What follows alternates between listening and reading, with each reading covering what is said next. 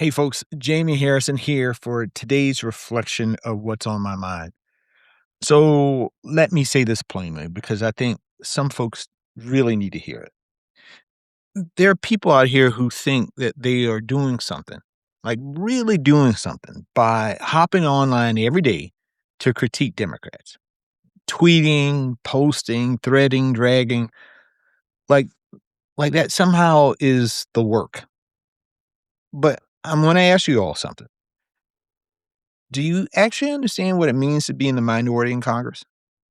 Because, folks, there are real limitations. Democrats don't control the agenda, they don't control the committees, they don't control the floor.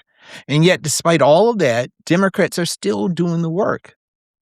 House Democrats have forced action through discharge petitions, one of the very few tools available when you don't hold power. And they've done it at historic rates. State parties are recruiting at historic levels.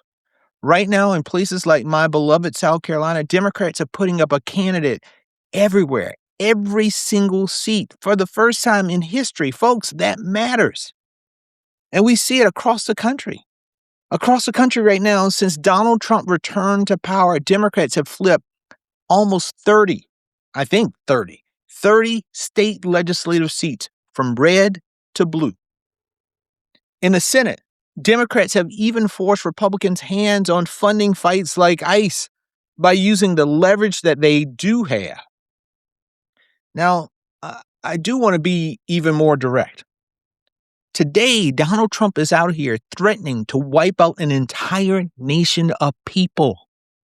But yet, some of you, the first instinct that you have, your loudest instinct, is to jump online and complain about, what is Hakeem Jeffries doing or House Democrats? Seriously?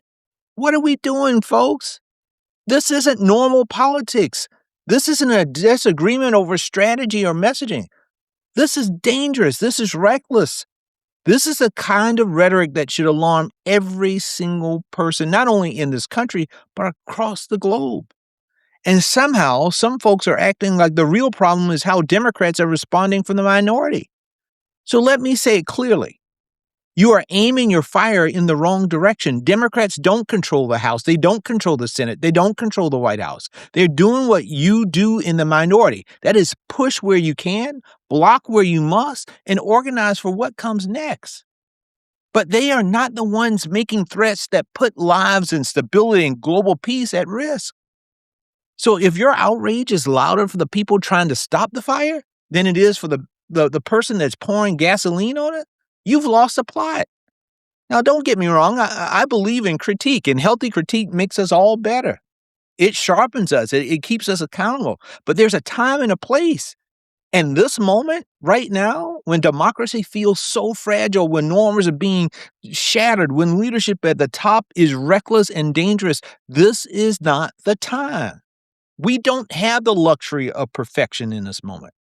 We have the responsibility to preserve what we still have. So that means building, not breaking, because if we keep chipping away at our own foundation, we won't just weaken the party, we'll weaken the only thing standing between this country and the abyss. So yeah, be frustrated. Hell, I am. Push for better. We all are trying to do that. But folks, we can't get it twisted. The threat is not House Democrats or Senate Democrats. The threat is sitting in the Oval Office. And right now, we need to build. We have to build.